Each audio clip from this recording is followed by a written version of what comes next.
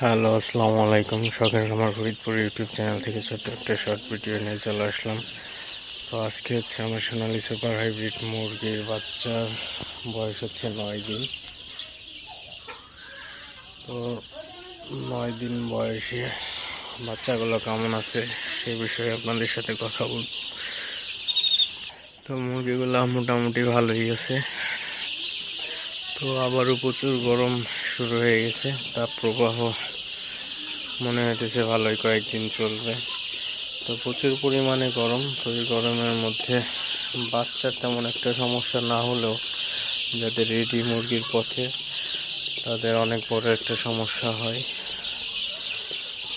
তো আপনার মুরগি সেটা অবশ্যই ক্লিয়ার রাখার চেষ্টা করবেন, আলো বাতাস যাতে প্রবেশ করতে পারে সেদিকে অবশ্যই খেয়াল রাখবেন।